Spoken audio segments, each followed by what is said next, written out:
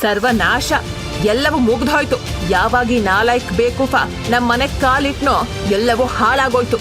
ದರಿದ್ರದೋನೆ, ಯಾಕೋ ನಮ್ ಜೀವನ ಹಾಳ್ ಮಾಡ್ದೆ. ಏನ್ ನಿನ್ನ ಉದ್ದೇಶ ಅಂತ ಶರ್ಮಿಳಾ ತನ್ನ ಅಳಿಯನಾದ ಸಾಮ್ರಾಟ್ ಕಾಲ ಹಿಡಿದು ರೇಗಾಡ್ತಿದ್ಲು. ಅಷ್ಟಕ್ಕೂ ಮಗಳ ಗಂಡನನ್ನೇ ಈ ರೀತಿ ನಾಲಾಯಕ್ ಅಂತ ಕರೆಯೋ ಹಾಗೆ ಅವನು ಮಾಡಿದ ನೀಚ ಕೆಲ್ಸ ಆದ್ರೂ ಏನು? ಅಳಿಯನಿಗೆ ಗೌರವ ಕೊಡದ ಅತ್ತೆ ಮುಂದೊಂದು ದಿನ ಅವನ ಕಾಲಿಗೆ ಬಿದ್ದು ಪ್ರಾಣ ಭಿಕ್ಷೆ ಬೇಡಿದ್ಯಾಕೆ? ತಿಳ್ಕೊಳ್ಳೋಕೆ ಈ ಕಥೆ ಕೇಳಿ. ಅಂದು ಕೊಂಡದ ಮನೆ ಮದುವೆ ಮನೆ ತರ ಡೆಕೋರೇಟ್ ಆಗಿತ್ತು. ಯಾಕಂದ್ರೆ ಅಂದು ಶರ್ಮಿಳಾ ಅವರ ಬರ್ತ್ಡೇ. ಪ್ರತಿ ವರ್ಷದಂತೆ ಈ ವರ್ಷವೂ ಬರ್ತ್ಡೇ ಗ್ರ್ಯಾಂಡ್ ಆಗಿ ನಡೀಲಿ ಅನ್ನೋದು ಅವರ ಆಸೆ ಆಗಿತ್ತು. ಇನ್ನೇನ್ ಶರ್ಮಿಳಾ ತನಗಾಗಿ ಸಾನ್ಯಾ ತಂದಿದ್ದ ಕೇಕ್ ಕಟ್ ಮಾಡಬೇಕು ಅನ್ನೋಷ್ಟರಲ್ಲಿ ಅವರಿಗೆ ಒಂದು ಕಾಲ್ ಬಂತು.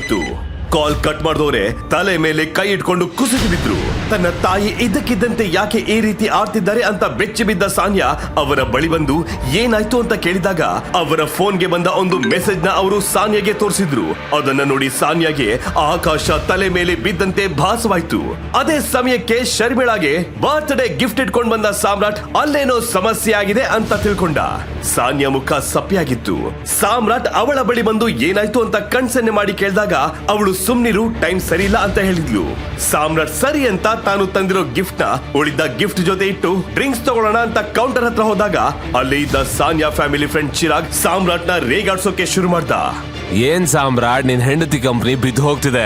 ನೀನ್ ನೋಡಿದ್ರೆ ಚಿಲ್ಲಾಗಿ ಇಲ್ಲಿ ನಿಂತು ಕೂಲ್ ಡ್ರಿಂಕ್ಸ್ ಕುಡಿದಿದ್ಯಲ್ಲ, ಒಂದು ಚೂರು ನಾಚಿಕೆ ಆಗಲ್ವಾ ನಿನಗೆ ಅಂತ ಹೇಳಿದಾಗ ಸಾನ್ಯಾ ಯಾಕೆ ಸಪ್ಪೆ ಮುಖ ಹಾಕೊಂಡಿದ್ಲು ಅಂತ ಸಾಮ್ರಾಟ್ಗೆ ತಿಳಿತು. ಅವನು ತಕ್ಷಣ ಸಾನ್ಯಾ ಬಳಿ ಬಂದು, ಸಾನ್ಯಾ, ಪ್ರಾಬ್ಲಮ್ ಏನಾಗಿದೆ ಅಂತ ಹೇಳು, ನಾನು ಹೆಲ್ಪ್ ಮಾಡ್ತೀನಿ. ಸಾಮ್ರಾಟ್, ನಿನ್ಗೇನ್ ಗೊತ್ತಿದೆ ಬಿಸ್ನೆಸ್ ಬಗ್ಗೆ?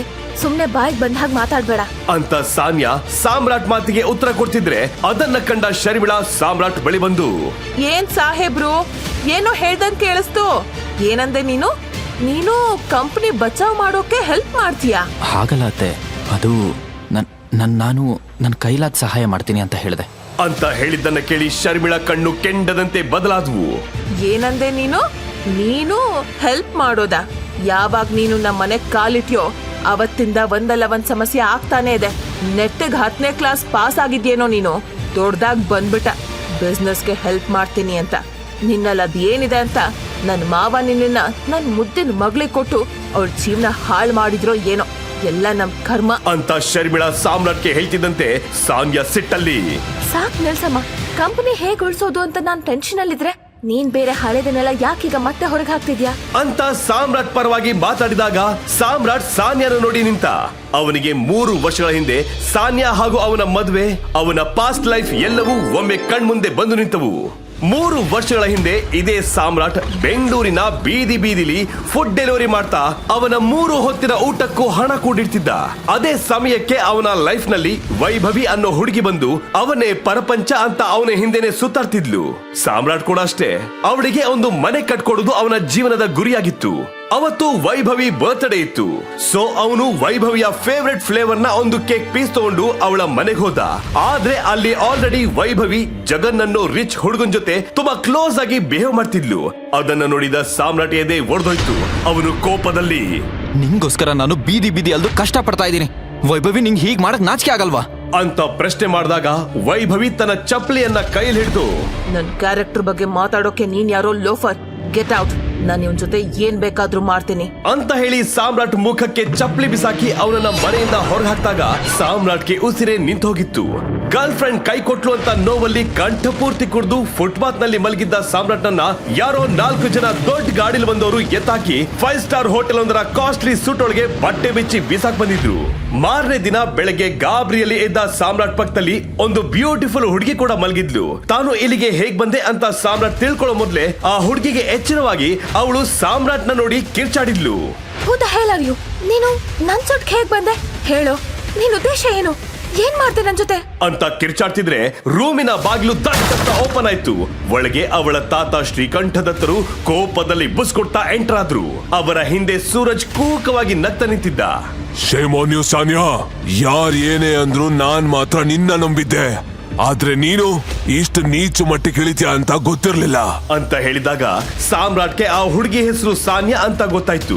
ಜೊತೆಗೆ ತನ್ನ ಮುಂದೆ ನಿಂತಿದ್ದು ಬೆಂಗಳೂರಿನ ಫೇಮಸ್ ಕೊಂಡದ ಮನೆ ಯಜಮಾನ ಶ್ರೀಕಂಠ ದತ್ತ ಅಂತ ಸಾಮ್ರಾಟ್ಗೆ ತಿಳಿಯೋಕೆ ಹೆಚ್ಚು ಟೈಮ್ ಆಗಿರ್ಲಿಲ್ಲ. ಯಾಕಂದ್ರೆ ಅವನು ಫುಡ್ ಡೆಲಿವರಿ ಕೆಲಸ ಮಾಡ್ತಿರ್ಬೇಕಾದ್ರೆ ಅದೊಂದಷ್ಟು ಕಡೆ ಶ್ರೀಕಂಠ ದತ್ತರ ಫೋಟೋಸ್, ಅವರ ಫ್ಯಾಮಿಲಿ ಬಗ್ಗೆ ಇರೋ ಆರ್ಟಿಕಲ್ಸ್ ಎಲ್ಲ ಅವನು ಮ್ಯಾಗಝಿನ್ ನ್ಯೂಸ್ ಪೇಪರ್ ನಲ್ಲಿ ಓದಿದ್ದ. ಅಯ್ಯೋ ದೇವ್ರೆ, ತಾನೆಂತ ಕಷ್ಟಕ್ಕೆ ಸಿಲುಕಿದೆ ಅನ್ನೋದು ಸಾಮ್ರಾಟ್ಗೆ ಅದೇ ಸಮಯಕ್ಕೆ ತಿಳಿದು ಹೋಗಿತ್ತು. ಸಾಮ್ರಾಟ್ ಇದರಲ್ಲಿ ತನ್ನದೇನು ತಪ್ಪಿಲ್ಲ, ತಾನು ಅಲ್ಲಿಗೆ ಹೇಗೆ ಬಂದೆ ಅಂತ ಗೊತ್ತಿಲ್ಲ ಅಂತ ಇನ್ನೋಸೆನ್ಸ್ ಪ್ರೂವ್ ಮಾಡೋ ಮೊದಲೇ ಶ್ರೀಕಂಠ ದತ್ತರ ಡಿಸಿಷನ್ ರೂಮ್ ಪೂರ್ತಿ ಸದ್ದು ಮಾಡ್ತು. ನಮ್ಮ ಕುಟುಂಬದ ರೂಲ್ಸ್ ಪ್ರಕಾರ ಇನ್ನು ಮುಂದೆ ನೀನು ನಮ್ಮ ವಂಶದ ಅಳಿಯ, ಇನ್ ಚರ್ಚೆ ಬೇಡ ಅಂತ ಹೇಳಿ ಅಲ್ಲಿಂದ ಹೊರಟೋದ್ರು. ಸಾನ್ಯಾ ತಡವರ್ಸ್ತಾ ತಾತ ತಾತ ಅಂತ ಕೂಗಿದ್ಲು, ಆದ್ರೆ ಅವಳ ವಾಯ್ಸ್ ಅವರಿಗೆ ಕೇಳಲೇ ಇಲ್ಲ. ಅದಾದ್ಮೇಲೆ ಸಾಮ್ರಾಟ್ ಜೀವನ ಪೂರ್ತಿ ಕೊಂಡದ ಮನೆಯ ಎಲ್ಲ ಸದಸ್ಯರ ಸೇವೆ ಮಾಡೋದ್ರಲ್ಲಿ ಮುಗ್ದೋಗಿತ್ತು. ದಿನ ಬೆಳಗಾದ್ರೆ ಅವನು ಮನೆ ಕೆಲಸ ಎಲ್ಲ ಮುಗಿಸ್ಕೊಂಡು ಎಲ್ರಿಗೂ ಬೇಕಾಗಿರೋ ಫೇವ್ರೆಟ್ ಬ್ರೇಕ್ಫಾಸ್ಟ್ ಮಾಡ್ಕೊಟ್ಟು ತನ್ನ ಡೆಲಿವರಿ ಕೆಲಸಕ್ಕೆ ಹೋಗ್ತಿದ್ದ. ಕೆಲ್ಸಕ್ಕೆ ಹೋದ್ರು ಮಧ್ಯದಲ್ಲಿ ಮನೆಯಿಂದ ಯಾರಾದ್ರೂ ಕಾಲ್ ಮಾಡಿದ್ರೆ ಅದಕ್ಕೂ ಓಡ್ಕೊಂಡ್ ಬರ್ತಿದ್ದ ಸಾಮ್ರಾಟ್. ಅವನ ಪರಿಸ್ಥಿತಿ ಒಟ್ನಲ್ಲಿ ಮನೆ ಕೆಲಸದವನಿಗಿಂತ ಕಡಿಯಾಗಿತ್ತು. ಸರಿ, ಹೆಂಡತಿಯಾದ್ರೂ ಅವನ ಜೊತೆ ಚೆನ್ನಾಗಿದ್ಲ ಅಂತ ಕೇಳಿದ್ರೆ ಅದು ಕೂಡ ಅಷ್ಟಕ್ಕಷ್ಟೇ. ಸಾನ್ಯಾ ರಿಚ್ ಫ್ಯಾಮಿಲಿಲಿ ಬೆಳೆದಿರೋದ್ರಿಂದ ಅವಳ ಸ್ಟ್ಯಾಂಡರ್ಡ್ ಗೆ ಮ್ಯಾಚ್ ಆಗೋ ಹುಡುಗನನ್ನೇ ಮದ್ವೆ ಆಗ್ಬೇಕನ್ನೋದು ಅವಳ ಕನ್ಸಾಗಿತ್ತು. ಆದ್ರೆ ಅವಳ ಗ್ರಹಚಾರಕ್ಕೆ ಸಾಮ್ರಾಟ್ ಅವಳ ಕುತ್ತಿಗೆಗೆ ಗಂಟು ಬಿದ್ದ. ಅವಳು ಯಾವತ್ತೂ ಸಾಮ್ರಾಟ್ ನನ್ನ ಪ್ರೀತಿಯಿಂದ ನೋಡಿದವಳೇ ಅಲ್ಲ, ಅವನ್ ಜೊತೆ ಒಂದೆರಡು ಪ್ರೀತಿಯ ಮಾತುಗಳನ್ನ ಆಡ್ದೋಳಲ್ಲ. ಹೀಗಿದ್ದಾಗ ಒಂದು ದಿನ ಸಾನ್ಯಾ ಹೆಲ್ತ್ ತೀರಾ ಕೆಟ್ಟು ಹೋಗಿದ್ದಾಗ ಅವಳನ್ನ ಹಗಲು ರಾತ್ರಿ ನಿದ್ದೆ ಬಿಟ್ಟು ಕೇರ್ ಮಾಡಿದ್ದ ಸಾಮ್ರಾಟ್. ಆ ದಿನದಿಂದ ಅವನ ಮೇಲೆ ಒಂದು ಸಾಫ್ಟ್ ಕಾರ್ನರ್ ಸಾನ್ಯಾಗೆ ಹುಟ್ಟಿತ್ತು. ಆದ್ರೆ ಅದನ್ನ ಅವನ್ ಮುಂದೆ ಅವಳು ತೋರಿಸ್ಕೊಂಡಿರ್ಲಿಲ್ಲ. ಹೀಗೆ ಸಾಮ್ರಾಟ್ ಹಳೆದನ್ನೆಲ್ಲ ಯೋಚನೆ ಮಾಡ್ತಿದ್ದಾಗ ಅವನಿಗೆ ಸಾನ್ಯಾ ಇವತ್ತು ಎಲ್ಲರ ಮುಂದೆ ತನಗೆ ಸಪೋರ್ಟ್ ಮಾಡಿದ್ದನ್ನ ಕಂಡು ಎಲ್ಲೋ ಸಾನ್ಯಾ ತನ್ನನ್ನ ಇಷ್ಟಪಡೋಕೆ ಶುರು ಮಾಡಿದ್ದಾಳೋ ಏನೋ ಅಂತ ಡೌಟ್ ಬಂತು. ಅವನು ಸಾನ್ಯಾ ಕಡೆ ನೋಡಿದಾಗ ಅವಳು, ನೋಡು ಸಾಮ್ರಾಟ್, ನೀನು ನನ್ನ ಮಾತನ್ನ ಟೇಕನ್ ಫಾರ್ ಗ್ರಾಂಟೆಡ್ ಅಂತ ತಿಳ್ಕೊಬೇಡ. ನಾನ್ ಜಸ್ಟ್ ಎಲ್ರು ಮುಂದೆ ನಮ್ಮ ಮನೆ ಮರ್ಯಾದೆ ಹರಾಜಾಗೋದನ್ನ ನಿಲ್ಸೋಕ್ ನೋಡ್ತಾ ಇದೀನಿ ಅಷ್ಟೇ ಅಂತ ಹೇಳಿ ಸುಮ್ನಾದ್ಲು. ಅದೇ ಸಮಯಕ್ಕೆ ಶರ್ಮಿಳಾ ಚಿರಾಗ್ ಕಡೆ ತಿರುಗಿ, ಚಿರಾಗ್, ನಿನಗೆ ಒಂದಿಷ್ಟು ದೊಡ್ಡ ದೊಡ್ಡ ಬಿಸ್ನೆಸ್ ಮ್ಯಾನ್ ಕಾಂಟ್ಯಾಕ್ಟ್ ಇದೆ ಅಲ್ವಾ? ಯಾರ ಹತ್ರನಾದ್ರೂ ಮಾತಾಡಿ ನಮ್ ಸಾನ್ಯಾ ಕಂಪ್ನಿ ಸೇವ್ ಮಾಡಿ ಕೊಡಪ್ಪ. ಅವಳ ಕಂಪನಿ ಅಂದ್ರೆ ನಿಂದೆ ಅಲ್ವಾ? ನಾನ್ ಹೇಳಿದ್ದು ಅರ್ಥ ಆಯ್ತಾ ಅಂತ ಹೇಳಿದಾಗ ಚಿರಾಗ್ಗೆ ಶರ್ಮಿಳಾ ಅವರ ಮಾತಿನ ಒಳ ಅರ್ಥ ಗೊತ್ತಾಯ್ತು.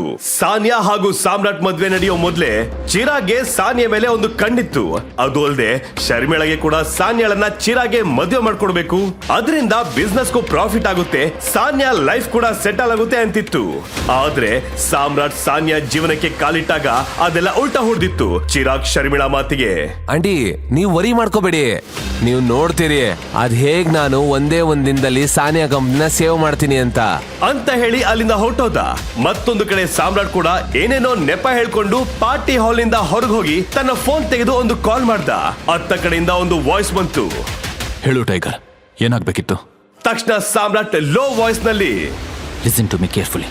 ಕೊಂಡದ್ ಗ್ರೂಪ್ ಪರಿಸ್ಥಿತಿ ನಾಳೆ ಬೆಳಗ್ಗೆ ಒಳಗಡೆ ಸರಿ ಹೋಗ್ಬೇಕು. ಯಾವೊಬ್ಬ ಶೇರ್ ಹೋಲ್ಡರ್ ಕೂಡ ತೊಂದರೆ ಕೊಡಬಾರ್ದು ಅಂತ ಆರ್ಡರ್ ಮಾಡೋ ಹಾಗೆ ಹೇಳ್ದ. ಅದಕ್ಕೆ ಆ ಕಡೆಯಿಂದ ಒಂದು ಉತ್ತರ ಬಂತು, ಯು ಡೋಂಟ್ ವರಿ ಟೈಗರ್.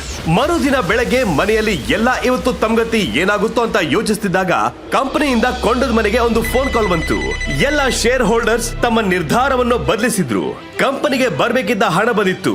ಸಮಸ್ಯೆ ಒಂದೇ ರಾತ್ರಿಯಲ್ಲಿ ಮಾಯವಾಗಿತ್ತು. ಇದನ್ನ ಸಾನ್ಯಾ ಮತ್ತು ಅವಳ ಕುಟುಂಬಕ್ಕೆ ನಂಬೋದಕ್ಕೆ ಆಗ್ಲಿಲ್ಲ.